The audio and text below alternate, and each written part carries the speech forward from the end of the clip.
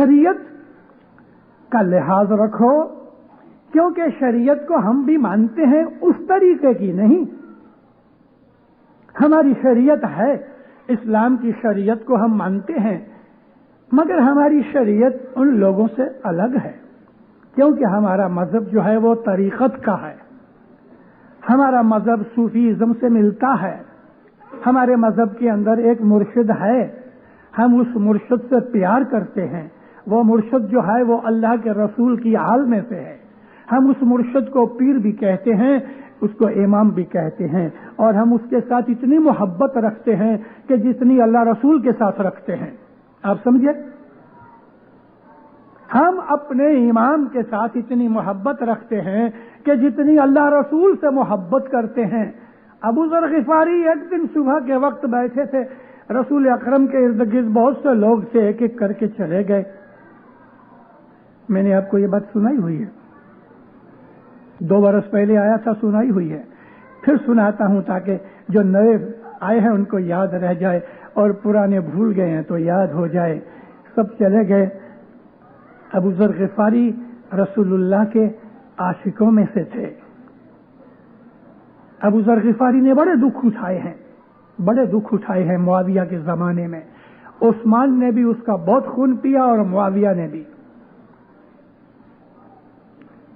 ابو ذر غفاری کہتے ہیں، یا نبی آج کچھ بات سناؤ۔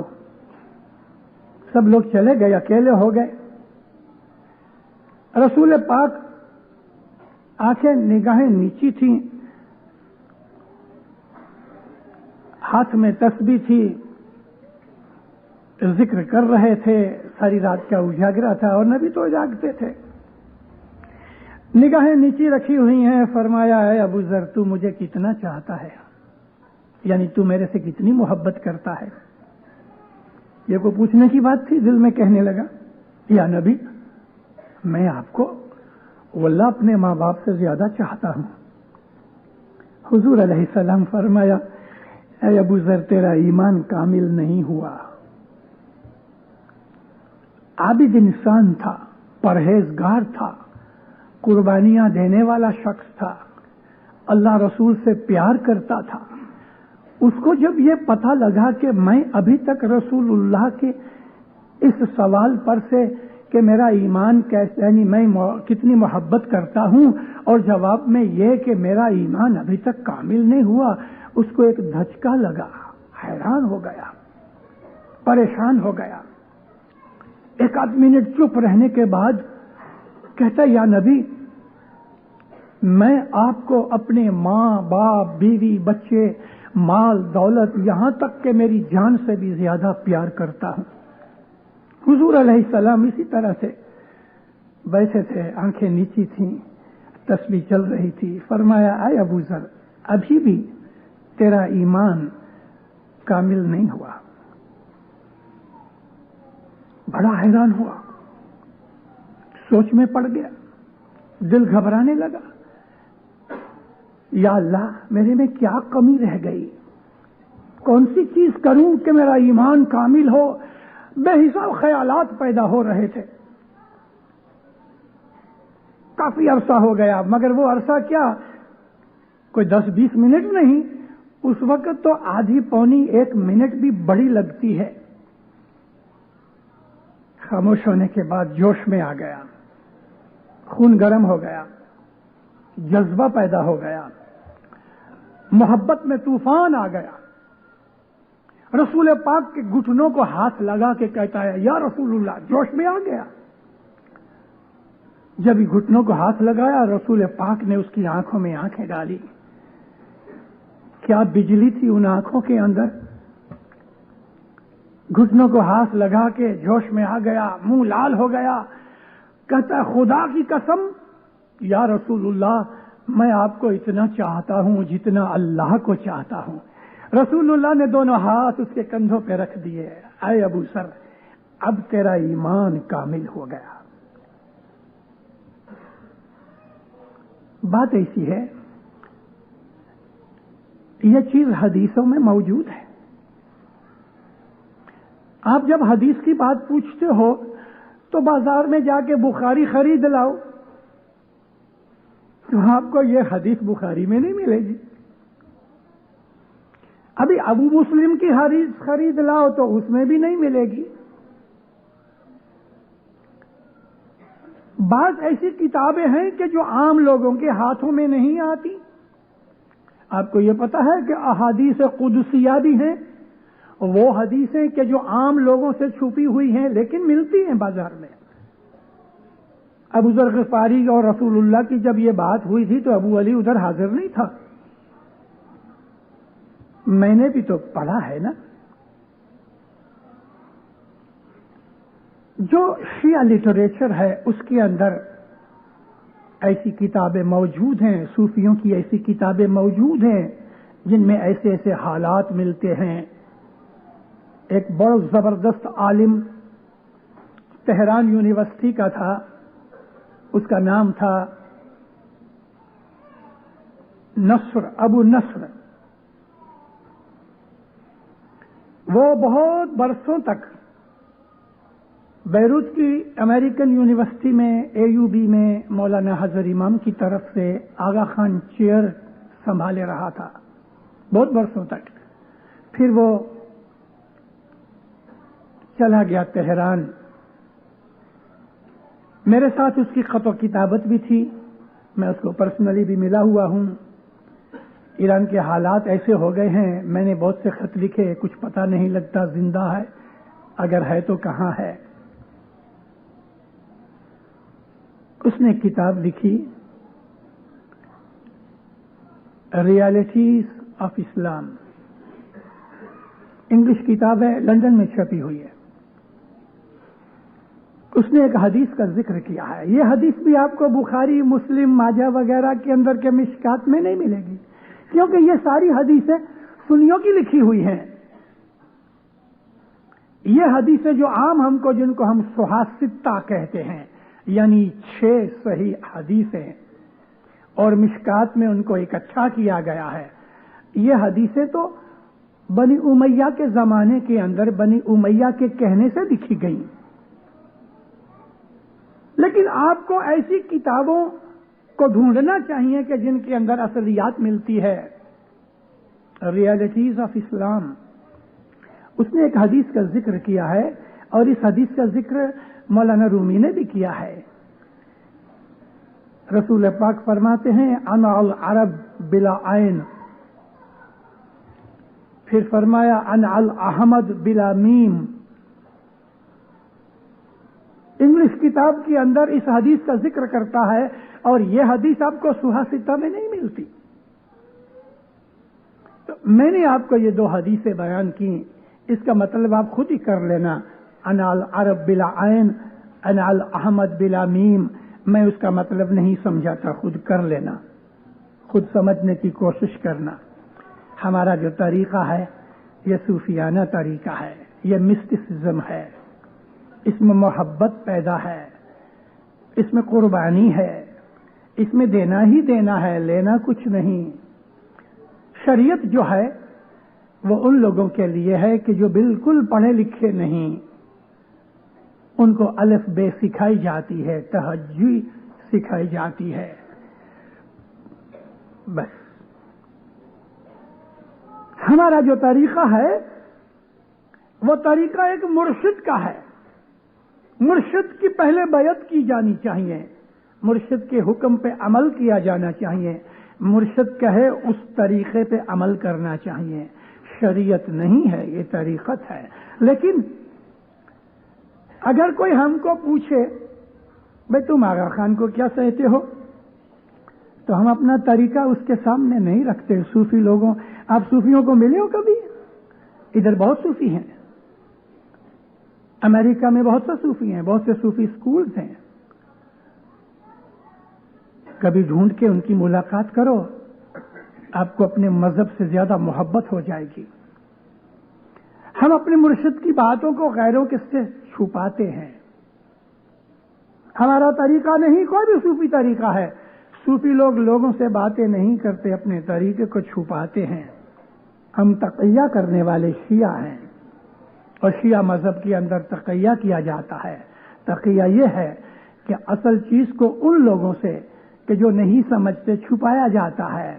یہی وہ بات ہے اس پاٹ کے اندر کہ کوئی سنت ملے سدھیر، کوئی ایسا جاننے والا سدھیر کہتے ہیں جو چھوٹی سی بات کو پکڑ کے ساری سمجھ جاوے، جس کو ہم انگلش کے اندر کہتے ہیں شارپ انٹیلیجنٹ. اے سخی میرے دوست، اپنے محبوب پیارے کی باتیں کس کو بتائیں؟ سخی والم ورہ نیوات، اپنے محبوب کی جدائی کی بات، جو محسوسات اور جذبات پیدا ہوتے ہیں، کس کو کہیں، کس کو سنائیں؟ کیونکہ سب لوگ اس چیز کے اہل نہیں، لائق نہیں.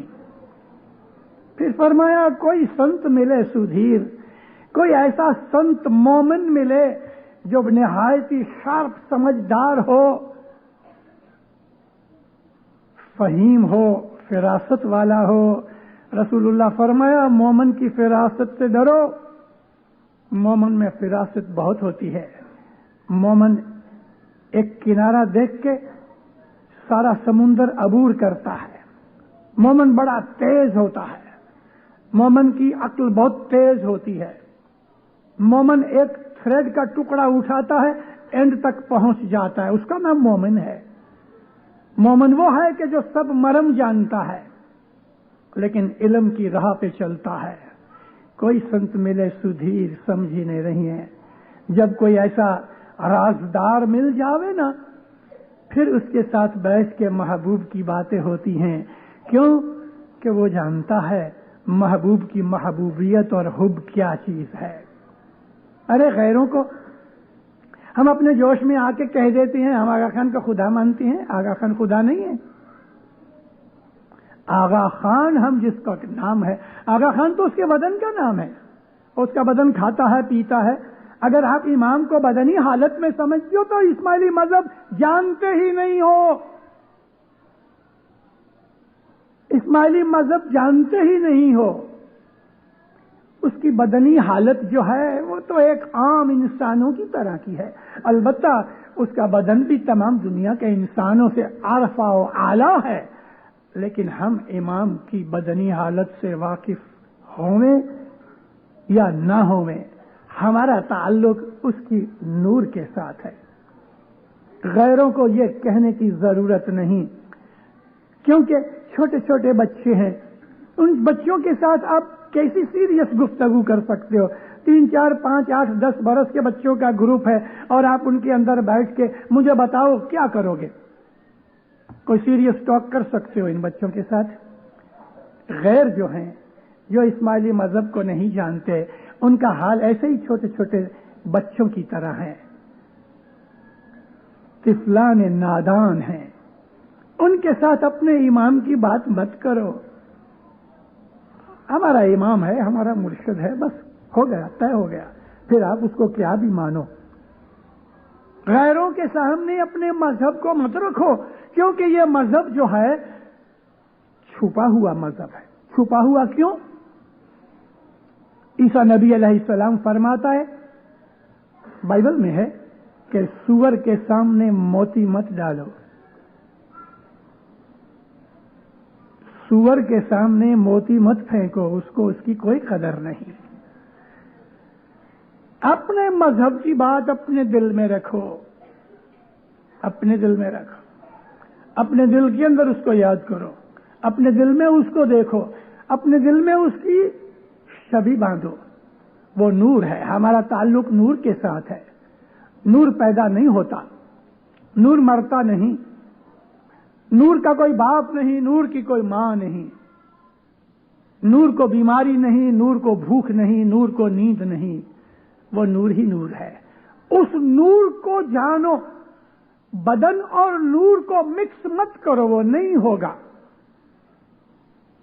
آپ میں سے میجورٹی پاکستان کے اندر سے آئے ہیں، میجورٹی. اور میجورٹی پاکستان کے اندر ہندوستان سے جا کے لے گئے. سندھی لوگ تو بہت تھوڑے اسماعیلی ہیں. میں خود امرتسر کا رہنے والا ہوں، پنجابی ہوں.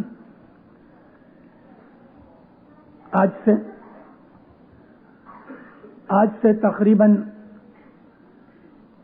68 ایئرز پہلے کی بات کروں، 1916 کا ذکر کرتا ہوں، اس وقت کراچی میں چھوٹی جماعت تھی، 2 جماعت خانے تھے، بغیچہ بھی تھا، کھرا در کا جماعت خانہ بھی تھا۔ کھرا در کا وہ جماعت خانہ جو ابھی دکھتا ہے نہیں، پرانے مسافر خانے کے بازو میں چھوٹی سی گلی کے اندر تھوڑی جماعت تھی، مشکل سے 3-4 ہزار اسماعیلی تھے اس وقت۔ جماعت کے اندر بعض عابد لوگ ایسے اس میں تھے جو صبح کی عبادت رات کے 12 سے لے کے صبح کے 5 بجے تک کرتے تھے، عابد تھے۔ انہوں نے ایک چھوٹا سا گروپ بنایا ہوا تھا۔ بعض میں اس گروپ کے اندر کچھ ایسے لوگ شامل ہو گئے کہ جو اس گروپ کے لائق نہیں تھے۔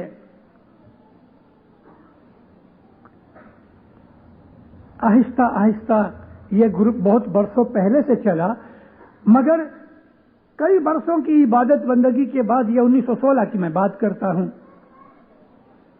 اس گروپ کے اندر کچھ ایسے لوگ پیدا ہو گئے، اور خصوصاً طور پہ 2 شخص ایسے تھے کہ ان کے اندر عبادت کی وجہ سے فخر پیدا ہو گیا۔ فخر پیدا یہ ہو گیا کہ عابد اور معبود، عبادت کرنے والا اور جس کی عبادت کی جاتی ہے، یہ دونوں ایک ہیں۔ یہ خیال پیدا ہو گیا۔ عابد معبود کے ساتھ مل جاتا ہے خیالی اور تخیلی حالت میں، مگر وصل ہوتا ہے موت کے بعد۔ موت سے پہلے عابد اور معبود کا وصل نہیں ہوتا۔ جب موت ہو جاتی ہے اور وصل ہوتا ہے تو اس کو ہم فنا فی اللہ کہتے ہیں، واصل بحق ہوا، وہ درجہ جدا ہے۔ لیکن جب تلک سانس چلتی ہے، جب تلک دنیا کے اندر زندگی ہے، تب تلک اس پاک پروردگار کی ذات کے ساتھ کوئی نہیں مل سکتا سوائے نبیوں اور اماموں کے۔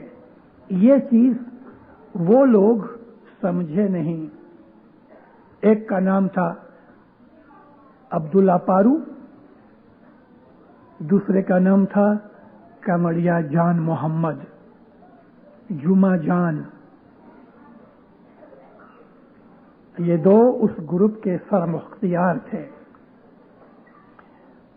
غرور آنے کی وجہ سے ایسی بات بنی کہ مولا حضرت امام سرکار سلطان محمد شاہ صلوات اللہ علیہ آئے، اور یہ دیدار کرنے کے لیے نہ آئے۔ یہ ادھر بیٹھ کے جہاں یہ بیٹھا کرتے تھے اپنی عبادت میں مشغول رہے، اور لوگوں کو بھی انہوں نے منع کیا کہ تم دیدار کرنے کی ضرورت نہیں، ظاہری دیدار کی کوئی ضرورت نہیں، مولا کی ضرورت ہوگی تو خود چل کے آئے گا۔ یعنی بعض ایسی باتیں تھیں کہ جن سے دوسرے لوگ بھی ظاہری دیدار کے لیے بھی محروم رہ گئے۔ امام نے ان دونوں کو پیغام بھیج کے کھرا در جماعت خانے کے اندر بلوایا۔ عبداللہ پارو اور کمڑیا جمعہ جان محمد کو کھڑا کیا۔ چیف مشنری حسینی کو حکم کیا، حسینی تھوڑا سا تیل منگاؤ۔ ایک والنٹیئر جا کے تیل لے کے آیا، بوتل میں سے تیل کی چند بوندیں امام نے عبداللہ پارو کے ہاتھ پہ ڈالی، پانی منگا کے اپنے ہاتھ مبارک سے تھوڑا پانی ڈالا اور عبداللہ کو کہا مکس کرو۔ تیل اور پانی مکس نہیں ہوتا۔ حکم کے حساب سے بہت ہاتھ گھسے، ایسا کر کے دیکھے تو تیل الگ ہے، پانی الگ ہے۔ امام فرمایا جماعت کے اندر کی بات ہے، بھری جماعت کے اندر اس کی امتحان ہو رہا ہے، دیکھو عبداللہ تم پانی ہو ہم تیل ہیں، تیل اور پانی ایک جیسا نہیں ہو سکتا، یعنی مرید انسان عام طور پہ امام جیسا نہیں ہو سکتا۔ امام کی بدنی حالت کو اور امام کی نورانی حالت کو، تیل اور پانی کو ملاؤ مت، بدنی حالت جدی ہے، نورانی حالت جدی ہے۔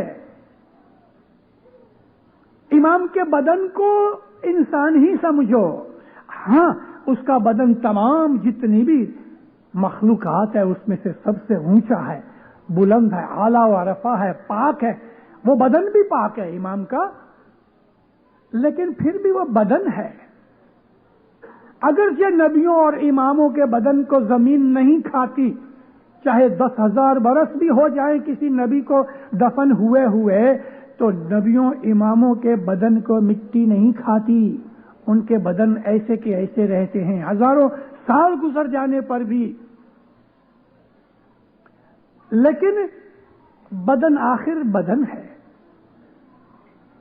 ہم اسماعیلیوں کو حضرت امام کے نور کے ساتھ زیادہ تعلق ہے۔ ہمارے ایسے لاکھوں اسماعیلی بھائی ہیں کہ جنہوں نے زندگی بھر کبھی امام کا دیدار نہیں کیا، زندگی بھر تو ٹھیک ہے لیکن 20 پشتیں ہو گئی، 20 ان کی پیڑیاں نسلیں ہو گئی، باپ سے بیٹے اور بیٹے اور بیٹے اور بیٹے، 20 پشتیں ہو گئی، ہزار برس نکل گیا ہے۔ ایسے لاکھوں اسماعیلی ہیں جنہوں نے حضرت امام کا ظاہری دیدار کبھی نہیں کیا، مگر پھر بھی وہ اسماعیلی ہیں۔ انہوں نے امام کے باطنی دیدار کیے ہیں، انہوں نے امام کی نورانی حالت کو دیکھا ہے، اپنے بدن میں پایا ہے، اپنے دل کے اندر پایا ہے۔ یہ ہے اسماعیلی مذہب کہ حضرت امام کی نورانی حالت کو ہم سمجھ سکیں۔ اسماعیلی مذہب کا مین مقصد یہ ہے کہ امام کے نور کو جان سکو، لیکن آپ اس کے نور کو اس کے بدن کے ساتھ مکس مت کرو۔ لوگوں کو مت کہو کہ ہم امام کو خدا کہتے ہیں، پہلے اس کو سمجھنے کی کوشش کرو۔ لوگوں کو ساتھ یہ باتیں کرنے کی ضرورت ہی نہیں، ان کے ساتھ مذہبی بحث مت کرو جب تک کہ ان کے اور اپنے دونوں کو مذہب کو جانو، دونوں کا مذہب پتا ہوئے۔ کوئی کرسچن کے ساتھ بحث کرو تو کرسچینٹی کا پتا ہونا چاہیے، ساتھ ساتھ اپنے مذہب کا پتا ہونا چاہیے، دونوں چیزوں کو جانے۔ ایک آدمی کو انگلش میں سے گجراتی میں ٹرانسلیشن کرنا ہے تو وہ انگلش بھی جانتا ہے، گجراتی بھی جانتا ہے، تبھی ٹرانسلیشن کر سکتا ہے۔ غیروں کے ساتھ جب آپ کوئی بھی بحث کرو تو ان کا مذہب بھی جانو، اپنا مذہب بھی جانو تو بحث کر سکو، لیکن اپنا مذہب ہی نہیں جانتے تو دوسرے کے مذہب کو ہم جان کے کیا کریں گے، ان کے ساتھ بحث کر کے بھی کیا کریں گے۔ اس وقت دنیا میں کتنے ایسے پیپر ہیں، ایسے میگزینز ہیں، ایسی کتابیں ہیں، آج سے کئی برسوں سے، اس امام کے زمانے میں نہیں، ہمارے ہر امام کے زمانے کے اندر اس قسم کے لوگ پیدا ہوتے رہے کہ جنہوں نے اسماعیلیوں کے اوپر الزام لگایا کہ یہ ایک انسان کو خدا کہتے ہیں۔ ارے بھائی، ہم انسان کو خدا نہیں کہتے، لیکن ہمارے اسماعیلی خود اپنے منہ سے بول دیتے ہیں کہ ہاں ہم آغا خان کو خدا کہتے ہیں۔ نورانی حالت اور چیز ہے، بدنی حالت اور چیز ہے۔ غیر لوگ جو سمجھتے نہیں ان کے ساتھ آپ ایسی باتیں مت کرو، لیکن ہم اپنے امام کو کیا جانتے ہیں؟ وہ تو بیت الخیال کی عبادت کر کے دیکھو تب پتہ لگے کہ اس کے بغیر اور کوئی ہے ہی نہیں۔ اے سخی والم ورہنی وات، میرا جو روح ہے وہ امام کا روح ہے، میرے اور اس میں جدائی کیا ہے؟ میری روح کہاں سے آئی؟ خدا کی طرف سے۔ رسول اکرم کو پوچھا گیا یا نبی روح کیا چیز ہے؟ تو حضور چپ ہو گئے۔ چپ اس لیے ہوئے کہ میں ان عربوں کو کہنے جاؤں کہ روح کیا چیز ہے تو سمجھیں گے تو نہیں۔ فوراً وہی نازل ہوئی، قل، اے نبی ان کو کہو، الروح امر من ربی، روح جو ہے میرے رب کے حکم سے ہے۔ بس اتنا ہی جواب دیا، روح میرے رب کے حکم سے ہے، الروح من امر ربی۔ تو خلاصہ تو نہ ہوا. کیوں نہ ہوا؟ لوگ اس کے لائق نہ تھے.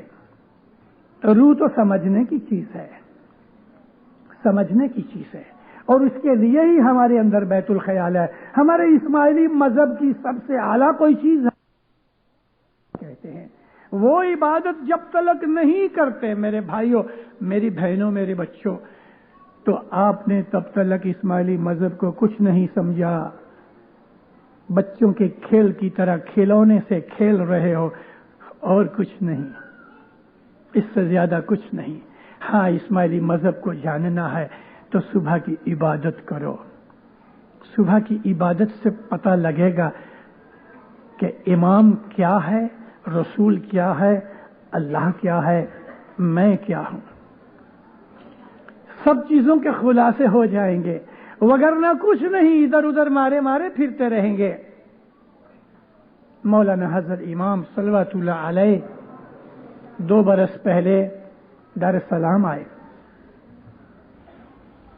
امام زمان نے نومبر کی 20 تاریخ کو دار السلام میں قدم مبارک کیا.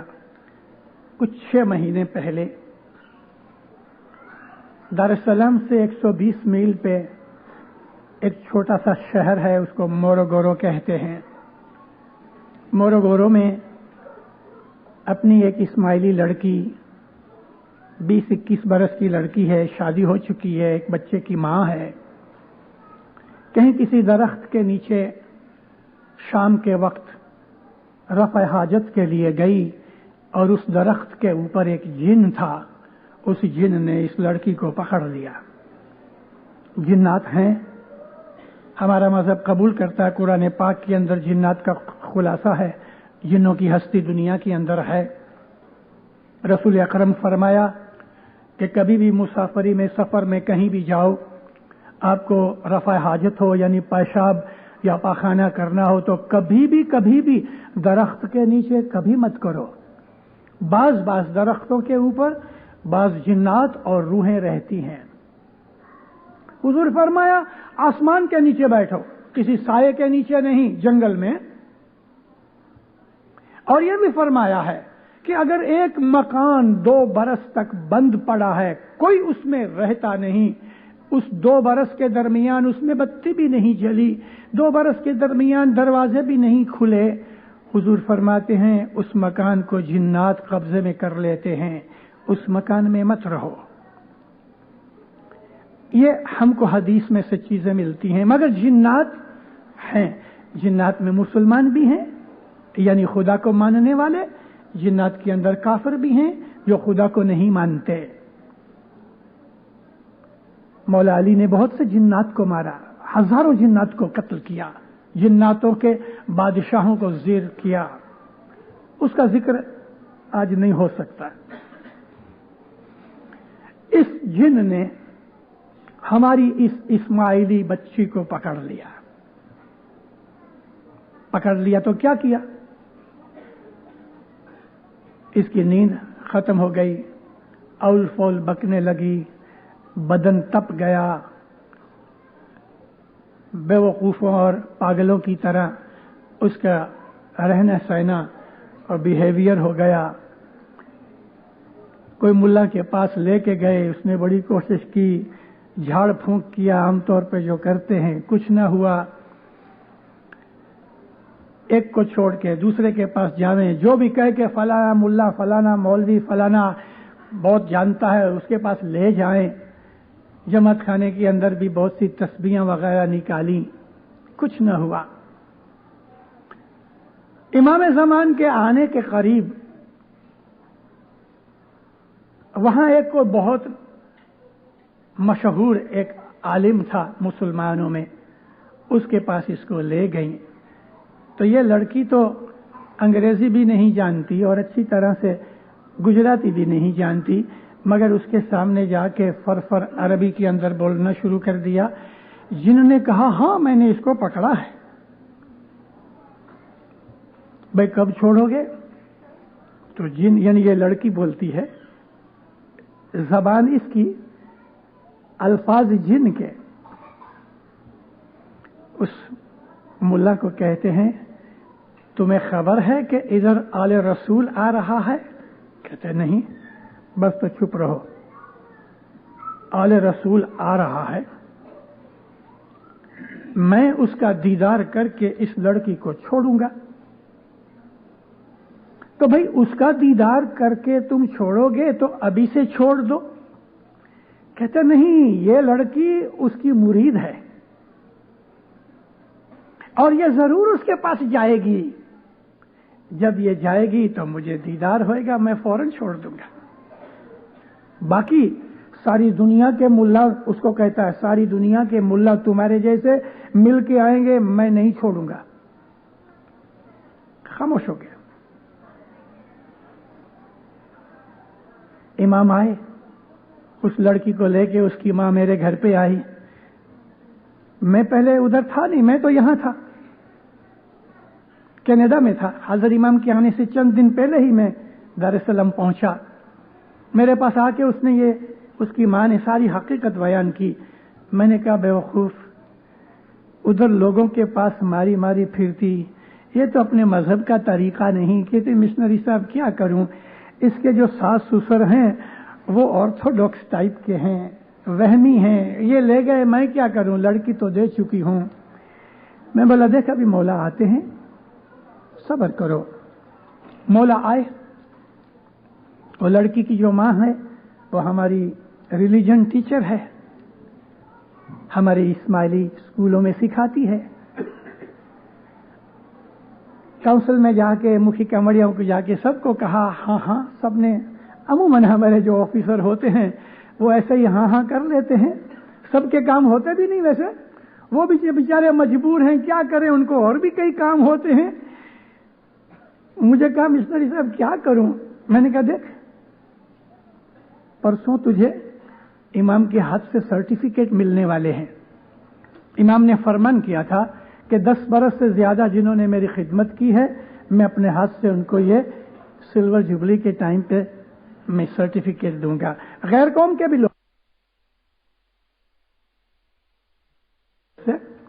ایسے 200-250 آدمی تھے جن کو امام سرٹیفکیٹ دینے والے تھے۔ میں بولا دیکھ، سرٹیفکیٹ دینے والے ہیں، تو ادھر ادھر گھومے پھرے گی، تیرا کوئی کام نہیں کرے گا۔ جب بھی تو سرٹیفکیٹ لینے جائے تو کہہ دینا خداون، بہت لمبی چوڑی بات مت کرنا، کہنا خداون میری لڑکی کو جن نے پکڑ دیا، اتنے لفظ کہنا، ہمت رکھنا۔ لڑکی نے، یعنی لڑکی کی ماں نے ایسا ہی کیا۔ جب اس کو سرٹیفکیٹ دیا تو کہتی ہے خداون میری لڑکی کو جن نے پکڑا۔ ماں باپ فرمایا کل صبح اس کو بنگلے لے کے آؤ۔ اتنی خوش ہوئی، صبح اس کو بنگلے لے گئی۔ ابھی بنگلے پہ اس کو اندر کون جانے دے، باہر پولیس کا پہرا تھا، دروازہ بند تھا۔ اس نے بہت کچھ کہا کہ بھائی مجھے بلایا گیا ہے۔ اوکے بیٹھ بیٹھ، بلایا گیا ہے۔ بہت دیر ہو گئی، اندر خبر جاوے ہی نہیں کہ یہ بیچاری ادھر آئی ہے لڑکی کو لے کے۔ یہاں تک کہ امام زمان گاڑی کے اندر بیٹھ کے، ہمارے تنزانیہ کے پریزیڈنٹ نیریرے کی گاڑی، ڈرائیور بھی نیریرے کا، اس نے کہا تھا مولا کو کہ میری عرض یہ ہے کہ آپ یہاں جب تک رہو میری پرسنل گاڑی یعنی جو پریزیڈنشل کار ہے وہ استعمال کرو، اور میرا ڈرائیور آپ کی گاڑی چلائے، افریقن ڈرائیور ہے۔ سیکورٹی کا بہت بندوبست تھا۔ جب ہی گاڑی میں سرکار بیٹھ کے نکلے، مولا اکیلے ہی تھے پیچھے، باقی سب آفیسر دوسری گاڑیوں میں آئے تھے۔ افریقن ڈرائیور آگے، مولا پیچھے بیٹھے ہوئے۔ مین گیٹ جو لوہے کا دروازہ تھا جب وہ کھلا، پولیس نے سیلیوٹ کیا۔ یہ لڑکی اپنی ماں کا ہاتھ چھڑا کے بھاگ کے گاڑی کے سامنے آ کے کھڑی ہو گئی۔ گاڑی کھڑی ہو گئی، گاڑی کھڑی ہو گئی۔ یہ بات خود وہ افریقن ڈرائیور سناتا ہے کہ میرا پاؤں بریک پہ نہیں ہے، ابھی تک انجن سپیڈ سے چل رہا ہے اور گاڑی گیئر میں ہے، فری بھی نہیں، میرا پاؤں ایکسلریٹر پہ ہے، انجن فاسٹ چل رہا ہے اور گاڑی کھڑی ہے۔ مولانا حضرت امام نے اپنا ہاتھ ایسا کر کے اس لڑکی کو یوں جو ایسا کیا تو وہ ڈرائیور کہتا ہے کہ جیسے اس لڑکی کو اٹھا کے کوئی ایسا لے جاتا ہو نا، وہ چل نہیں رہی تھی، ایسا گلائیڈ کر رہی تھی. لڑکی ایک سائیڈ میں ہو گئی، گاڑی چل پڑی، کیونکہ گاڑی تو گیئر میں ہی تھی اور ایکسیلریٹر چالو تھا. ابھی پیچھے جو اپنے آفیسرز تھے وہ بھی نکل گئے، کوئی کھڑا نہ رہا، اور وہ لاسٹ ڈے تھا امام کا. یہ بیچاری پریشان باہر نکلی ایک ٹیکسی لے کے تو دربار میں آئی. مولانا حضر امام تو دربار کے اندر تھے. مولا کی نظر پڑی تو کسی آفیسر کو کہا کہ وہ لڑکی کو کہو باہر کھڑی رہ گئے. مولا جب باہر نکلے دربار میں سے تو لڑکی کے سامنے جا کے مولا کھڑے ہو گئے. اس کی نظریں نگاہیں نیچی رہیں. مولا نے کہا میری طرف دیکھو. انگلش میں بولے، اردو میں بولے. ماں نے کہا مولا کو دیکھ، مگر اس کی ہمت نہ ہوئی. امام نے اس کے کندھے پہ ہاتھ رکھا اور اس نے امام کو دیکھا. نگاہیں چار ہوئیں، ایک دم ہنس پڑی، مولا کے پاؤں پہ گر پڑی، کھڑی ہوئی. مولا نے بہت دعا سیس دی، وہ جن چلا گیا. اسی وقت لڑکی کی حالت ہی بدل گئی، شکل بدل گئی، حالت بدل گئی، ایک دم عقل میں آ گئی. میں نے آپ کو یہ بات اس لیے سنائی ہے، معجزے تو مولا کے مومن بھی کر سکتے ہیں.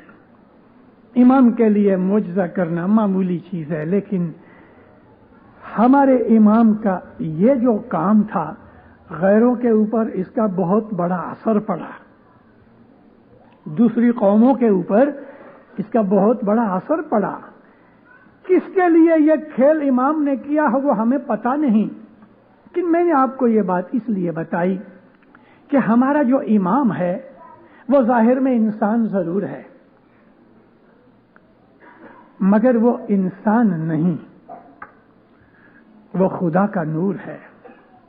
لیکن یہ بات ہمیں سمجھنے کی ہے، غیروں کو کہنے کی نہیں. غیروں کو تو ہم یہی کہیں گے ہمارا امام ہے، ہمارا لیڈر ہے، ہمارا مرشد ہے، کیونکہ غیر ان چیزوں کو نہیں سمجھ سکیں گے. کوئی سنت ملے سدھیر سمجھی نہیں رہی ہیں.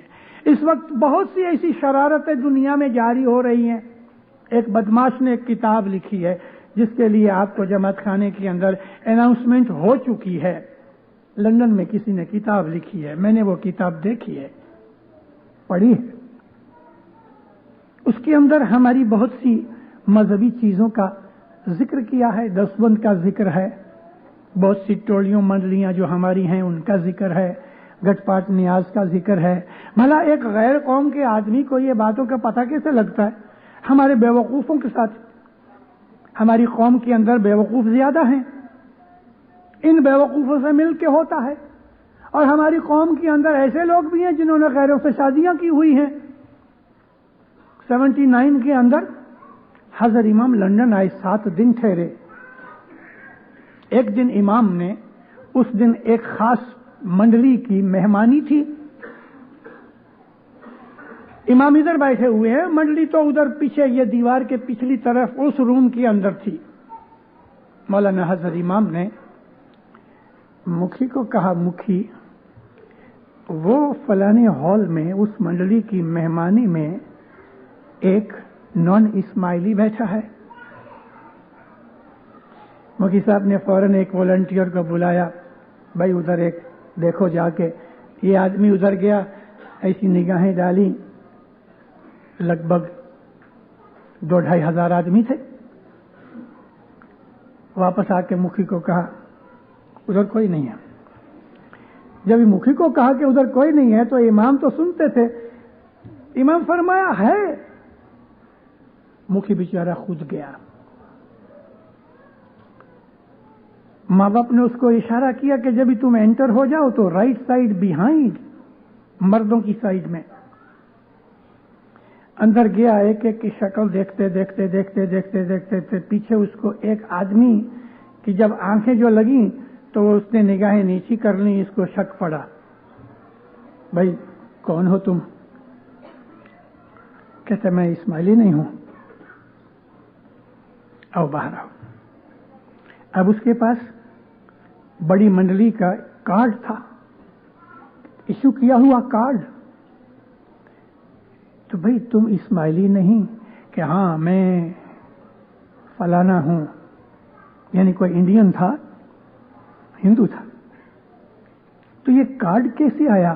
کہ میری بیوی ہے نا وہ اسماعیلی ہے، اور آج وہ بیمار ہوئی، اس نے مجھے کہا کہ تم چلے جاؤ۔ دیکھا ہماری قوم کے اندر بے وقوف ہیں، اس کا ثبوت ملا نا۔ اسماعیلی لڑکی بڑی منڈلی میں، جس کا میں نام ظاہر کرنا نہیں چاہتا، وہ اس کی ممبر ہے، اس کو کارڈ ملا ہے، تو اس نے یہ سمجھا کہ چلو بھئی ڈنر پہ مرغی کھانے کا وقت آئے گا، میں بیمار ہوں نہیں کھا سکتی، تو میرا شوہر جا کے مرغی کھاوے، یہ سمجھ کے اس نے وہ آرڈینری ڈنر کی طرح اپنے شوہر کو بھیج دیا۔ ہماری قوم کے اندر پہلی چیز تو یہ ہے، دینداروں جہاں تک بن سکے اسماعیلیوں سے ہی شادی کرو، نہیں تو تمہاری اولاد کو بھی تکلیفیں ہوئیں گی، تمہیں خود کو بھی تکلیفیں ہوئیں گی۔ ٹھیک ہے، ایسے حالات بن جاتے ہیں، تو پہلے اسماعیلی بنا لو اس کو، جس سے شادی کرنی ہے پہلے اسماعیلی بنا لو، 6-12 مہینے اس کو اسلام کی تعلیم دو، اسماعیلی مذہب کی نہیں۔ اسماعیلی بنانے کے بعد اس کو اسلام کی تعلیم دو، اسماعیلی نہیں۔ اسماعیلی مذہب تو بڑی پیدائشوں اور جنموں اور زندگیوں کے بعد نصیب ہوتا ہے۔